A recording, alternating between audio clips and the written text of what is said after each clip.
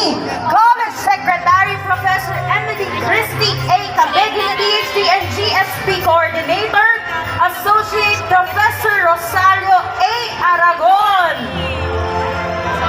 Panibagong lakas sa lakas paggawa.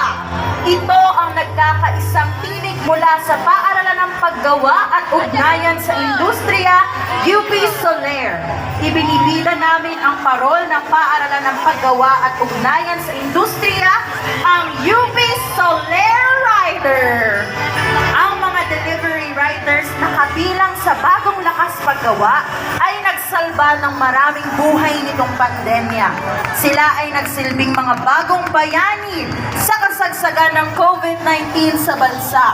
Daladala ng Soler Rider ang kahon ng lakas paggawa. Top box! Mahalagang papel ng UP Soler ay paghubog ng diskurso at pagtataguyod para sa mga karapatan at kagalingan ng mga manggagawa sa Pilipinas. Kasunod ng aming parol ang kaguruan, reps at administratibong kawani ng UP Soler na suot ang mga kulay ng rosas at luntian sa anyong neon. Sumisimbolo sa patuloy na pagbibigay suporta sa buhay ng may pagmamahal, compassion at kalinga na tinatanaw ang mga bagong uri ng hanap buhay. Ang manggagawang kababaihan ay ang mga panibagong lakas sa lakas paggawa.